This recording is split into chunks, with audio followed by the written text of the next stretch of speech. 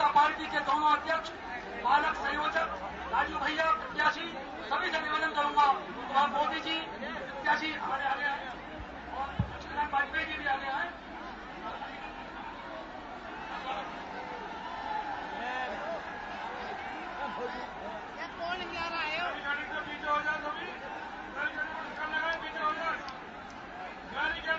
मैं भारतीय जनता पार्टी के प्रदेश अध्यक्ष श्री लक्ष्मीकांत वाजपेयी जी से निवेदन करूंगा तो वह अलीगढ़ की विशाल समूह को संबोधित करने के लिए उन्हें आमंत्रित करें। श्री लक्ष्मीकांत जी वाजपेयी। बहनों और भाइयों,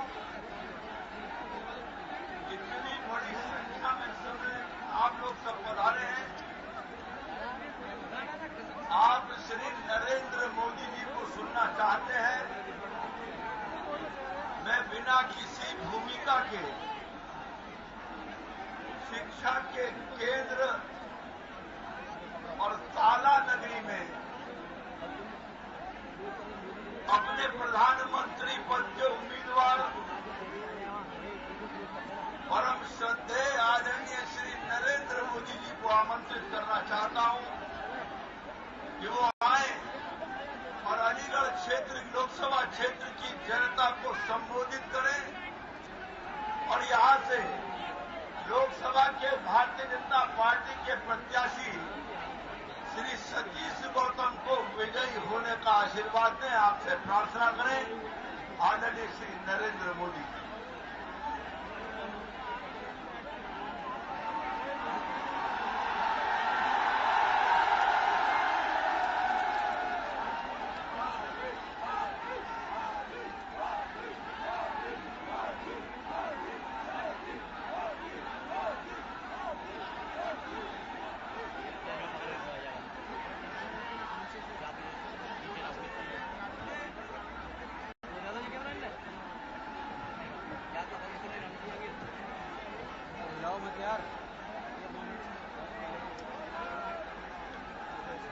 भारत माता की, भारत माता की। मंच पर विराजमान प्रदेश भारतीय जनता पार्टी के अध्यक्ष श्री लक्ष्मीकांत जी, आज की सभा के अध्यक्ष जरा पुलिस के मित्रों, उन दो बाहर के जो पत्रकार हैं उनको जरा सेफली बाहर इधर निकाल दीजिए। उनको निकाल के आगे ले आइए। क्या कर रहे हो आप लोग? उनको आगे निकाल दीजिए। पुलिस के मित्रों, जरा उनको मदद करो। हाँ, उनको आराम से निकालिए। इधर को आने दीजिए आगे। इधर अंदर आने दो, टीम में आने दो उनको आने दीजिए आगे।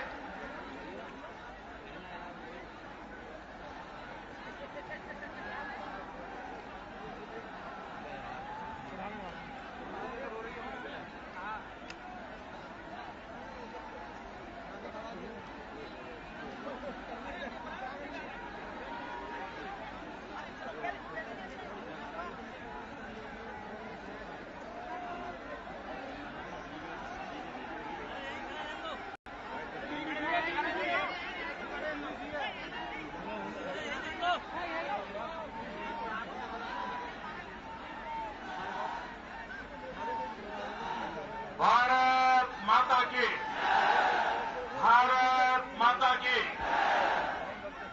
आज की सभा के अध्यक्ष श्रीमान यशपाल जी,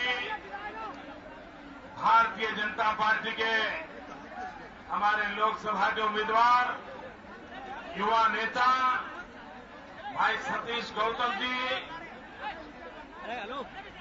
प्रदेश के उपाध्यक्ष श्री राजू भैया, प्रदेश महामंत्री स्वतंत्र देव जी, श्री पुरुषोत्तम खंडेलवाल जी, श्री दीपक मित्तल जी, श्री देवराज सिंह, महापौर शकुंतला भारती जी, यहां के प्रभारी श्रीमती शशि सिंह जी, यहां के पालक श्री योगेंद्र पाल जी, मंच पर विराजमान पार्टी के सभी वरिष्ठ महानुभाव और विशाल संख्या में पधारे हुए जोम और जुस्से से भरे हुए भारत के भाग्य विधाता अलीगढ़ के मेरे भाइयों और बहनों,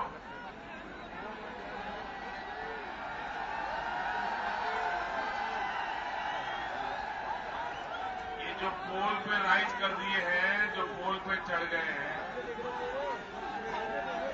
भाई गिर तो नहीं जाओगे ना?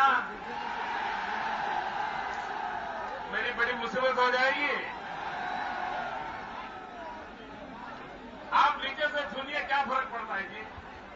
ये 2 मंजिला सभा हो रही है जी। आप पोल पर राइज करते हो और अखबार वाले लिखते हैं भाई मोदी पोलराइजर है। हेलो, दूर रह यार, थोड़ा सा दूर नहीं है ना, तभी तो बोल रहा हूँ। अब इन्हें हटने आगे बढ़ के ले ले यार, फोटो दिला रहा यार। मेरे से नहीं लगा एक बार भी। तेरे दिल ला भैया, कुछ क्या होगा तुझे? भाइयों बहनों,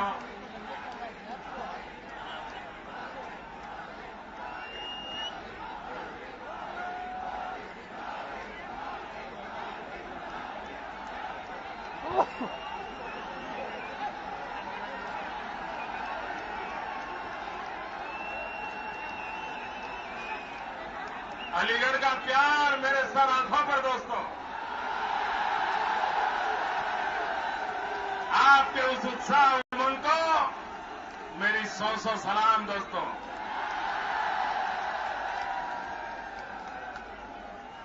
भाइयों बहनों, चुनाव बहुत आते हैं और ये पहला चुनाव ऐसा है जो चुनाव, भाइयों बहनों, कोई नेता नहीं लड़ रहा है। ये चुनाव कोई उम्मीदवार नहीं लड़ रहा है। ये चुनाव देश की जनता लड़ रही है भाइयों, देश की जनता। ये चुनाव न मैं लड़ रहा हूं, न चुनाव उम्मीदवार लड़ रहे हैं, ये चुनाव आप लड़ रहे हैं। और चुनाव न मोदी जीतने वाला है, न चुनाव ये हमारे उम्मीदवार जीतने वाले हैं। चुनाव देश की जनता जीतने वाली है। इस चुनाव में भाजपा जीते या न जीते मुद्दा नहीं है, ये चुनाव में भारत जीतने वाला है। और इसलिए भाइयों बहनों, ये चुनाव, इसे भारत विजय रैली कहा है। और ये भारत विजय रैली महंगाई के ऊपर भारत विजयी हो, भ्रष्टाचार के ऊपर भारत विजयी हो, बेरोजगारी के ऊपर भारत विजयी हो, कुशासन के ऊपर भारत विजयी हो और भारत संकटों से मुक्त होकर के 21वीं सदी हिंदुस्तान की सदी बने, इस संकल्प को पूरा करने के लिए भाइयों बहनों, हम सब प्रतिबद्ध हैं। भाइयों बहनों,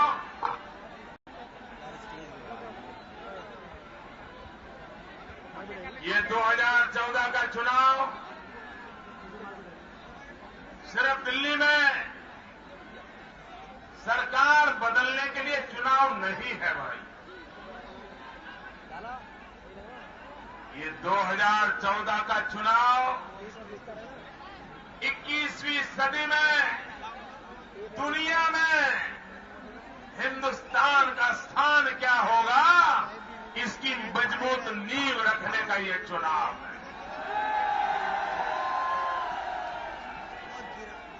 भारत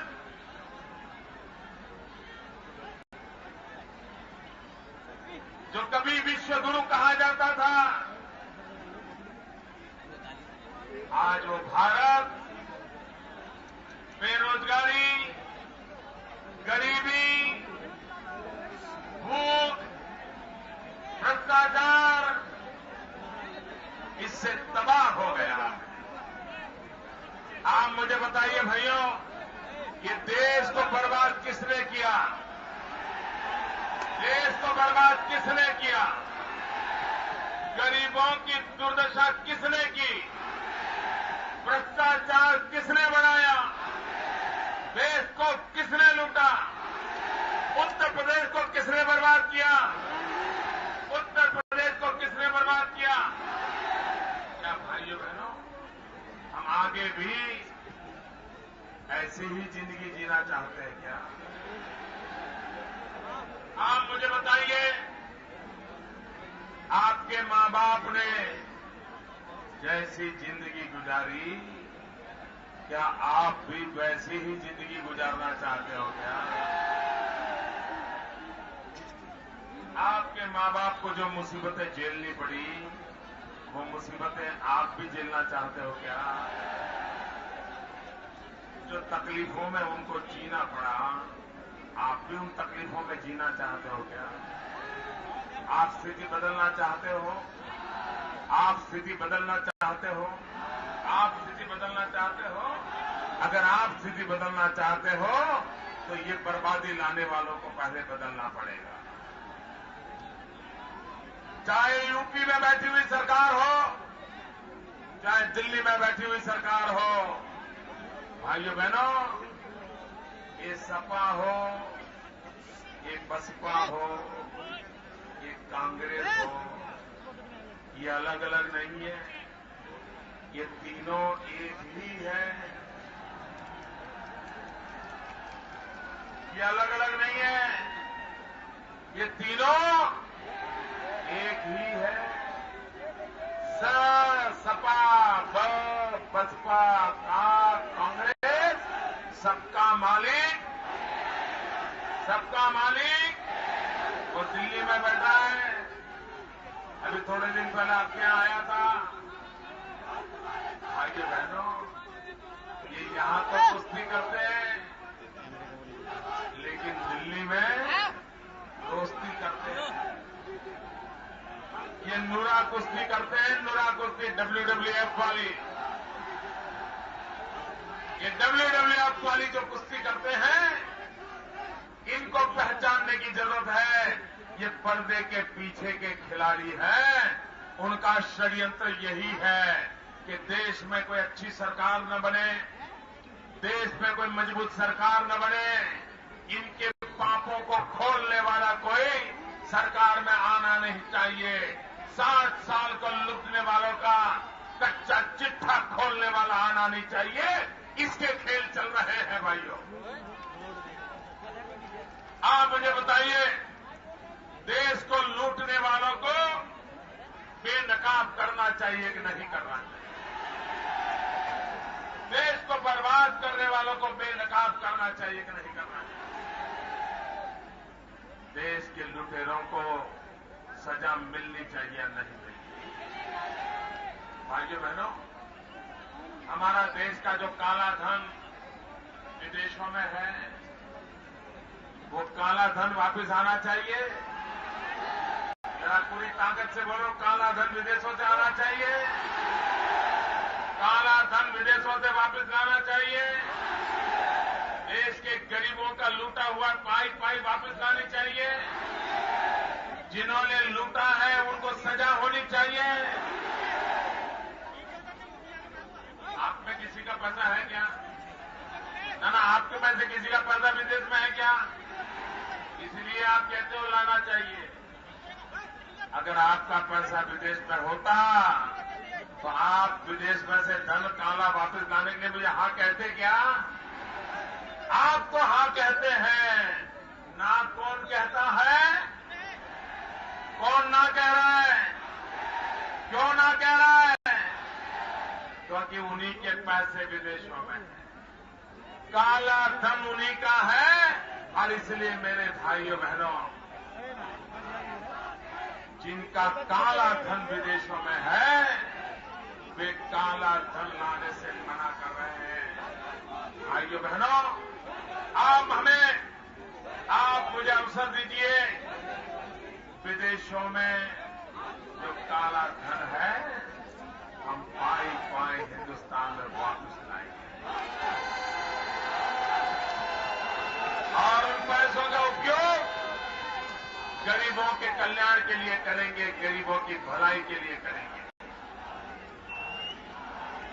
भाइयों बहनों,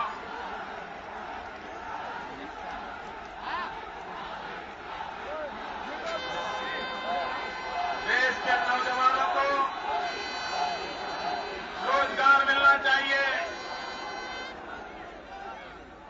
अगर देश के नौजवानों को रोजगार नहीं मिलेगा तो आने वाली पीढ़ियों का क्या हाल होगा, इसका भली भांति अंदाज लगा सकते। देश का विकास ऐसा होना चाहिए जो सबका भला करने वाला हो। देश का विकास ऐसा होना चाहिए जिसमें सबका साथ हो, न कोई अपना हो न कोई पराया हो। कोई भेदभाव नहीं होना चाहिए। देश के 125 करोड़ देशवासियों का विकास के लिए हक होना चाहिए, उनको विकास के लिए अवसर होना चाहिए। और इसलिए भाइयों बहनों, देश के नौजवानों को रोजगार मिलना चाहिए। भाइयों बहनों,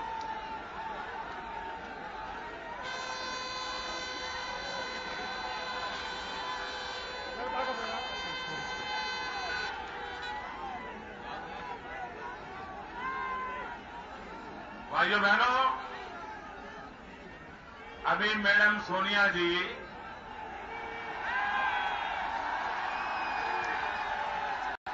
उन्होंने भाषण किया कि हमने माइनॉरिटी के कल्याण के लिए 15 पॉइंट प्रोग्राम बनाया था। भाइयों बहनों, ये जनता को कैसा धोखा देते हैं, इसका ये जीता जागता उदाहरण है। अभी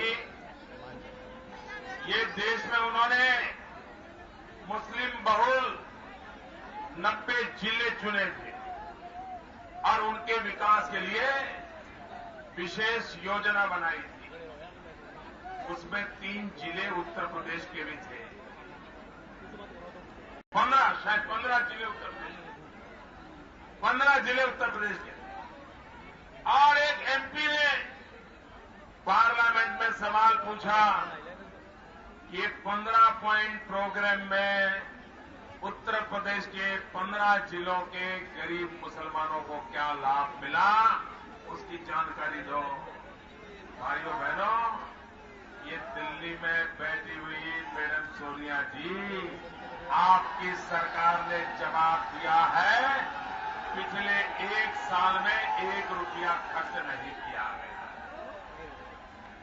ये धोखा कर रहे हैं, ये बातें कर रहे हैं, लेकिन आपकी भलाई के लिए उनके पास कोई काम नहीं। भाइयों बहनों, मैं अभी एक सरकार का सर्वेक्षण देख रहा था। हमारे देश में जो शहरी मुसलमान है, शहरों में रहने वाला मुसलमान, उसकी गरीबी की स्थिति क्या है? जो लोग सेक्युलरिज्म के गीत गाते रहते हैं, जो लोग सेक्युलरिज्म के नाम पर वोट बैंक की राजनीति करते हैं, भाइयों बहनों, पूरे देश में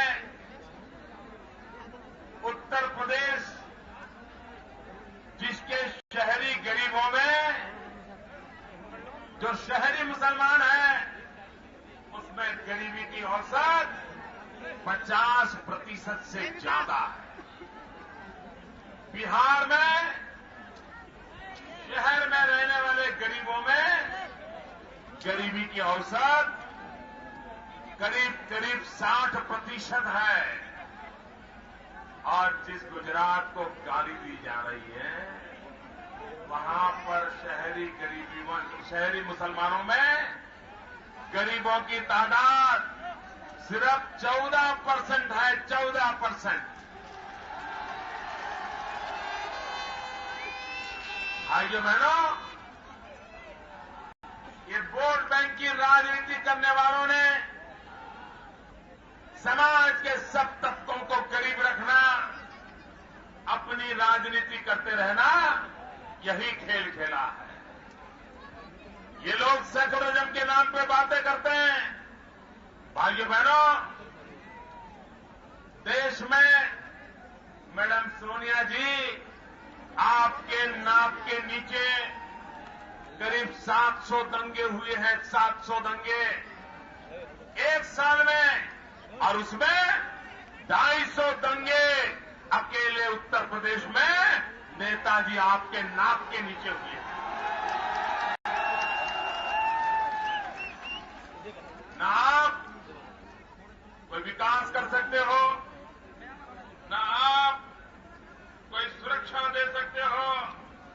और इसलिए भाइयों बहनों, जिनको समाज का भला नहीं करना है, जिन्हें समाज का विकास नहीं करना है, ऐसी सरकारों को एक पल भी राज करने का अधिकार नहीं है। भाइयों बहनों, आजादी के 60 साल हो गए। अगर गरीब को सम्मान से जीने का अवसर न मिले, गरीब के बच्चे को रात को भूखा सोना पड़े, नौजवान बेरोजगार भटकता रहे, उत्तर प्रदेश का कोई जिला ऐसा नहीं होगा जहां के लोग मेरे गुजरात में रोजी रोटी कमाने ना आए हो। आपने क्या कानून व्यवस्था बनाई है? भाइयों बहनों, उत्तर प्रदेश से जब नौजवान और नौजवान बेटी भी अकेली गुजरात आने की हिम्मत करती है, लेकिन जब घर से चलती है तो मां उसको कहती है, बेटी संभाल के जाना, ट्रेन में कोई सामान वामान चोरी न कर ले, किसी का दिया हुआ पानी मत पीना, किसी का दिया हुआ खाना मत खाना, जरा संभाल के रहना, सो मत जाना। मां सारी सलाह देती है। और बेटा ट्रेन में जाता है, एक एक घंटे पर मां मोबाइल पर फोन करती है कि बेटा तकलीफ तो नहीं है ना, जाग तो रहे हो ना, सामान तो ठीक है ना, अगल बगल में कोई परेशानी तो नहीं है ना। ये सारी बातें मां उसको पूछती रहती है। जब वो आगे जाते हैं तो वहां भी पूछती है। 2 घंटे के बाद, 4 घंटे के बाद बेटा कहता है, मां सो जाओ, आधी रात हो गई। मां कहते, नहीं बेटे मुझे चिंता सता रही है। और जब बेटा कहता है कि मां अब मेरी ट्रेन बस 5 मिनट के भीतर भीतर गुजरात पहुंच जाएगी, तो मां कहते, ठीक है बेटा, अब गाड़ी गुजरात पहुंच रही, मैं सो जाऊंगा। भाइयों बहनों, उत्तर प्रदेश की गरीब मां को भी भरोसा है कि उसका बेटा गुजरात में सलामत है। भाइयों बहनों, ये काम हमने करके दिखाया है और इसलिए मैं आपको कहने आया हूं। भाइयों बहनों, इस चुनाव में भारतीय जनता पार्टी को समर्थन कीजिए। 60 साल आपने शासकों को चुना है, मुझे सिर्फ 60 महीने दिए। पानी पीना है। आपने 60 साल दिए हैं, मुझे सिर्फ 60 महीने दीजिए। आपने शासकों को चुना है, इस बार एक सेवक को चुनिए। और भाइयों बहनों, दिल्ली में मजबूत सरकार बनाइए, भारी बहुमत से सरकार बनाइए, 300 से ज्यादा कमल जिता करके भेजिए और उत्तर प्रदेश से सारे के सारे कमल भेजिए। भाइयों बहनों, ये हवा का रुख साफ बताता है, अब दिल्ली में मजबूत सरकार बनने वाली है। अलीगढ़ से भी एक कमल भेजिए। बहुत बहुत धन्यवाद। भारत माता की।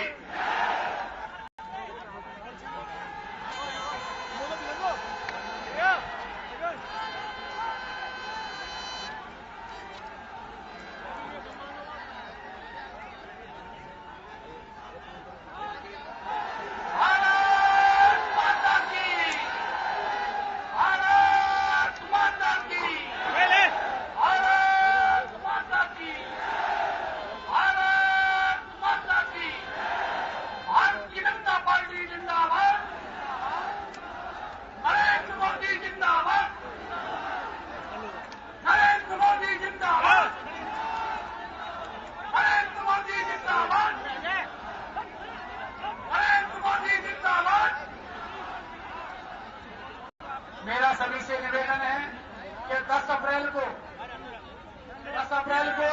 केवल कमल के फूल की बटन दबाएं। केवल कमल का फूल, क्या लिखा है कुछ नहीं, केवल कमल के फूल की बटन दबाएं। अब मैं अध्यक्ष महोदय जी से निवेदन करूंगा कि अध्यक्ष भाषण दें। अध्यक्ष महोदय जी।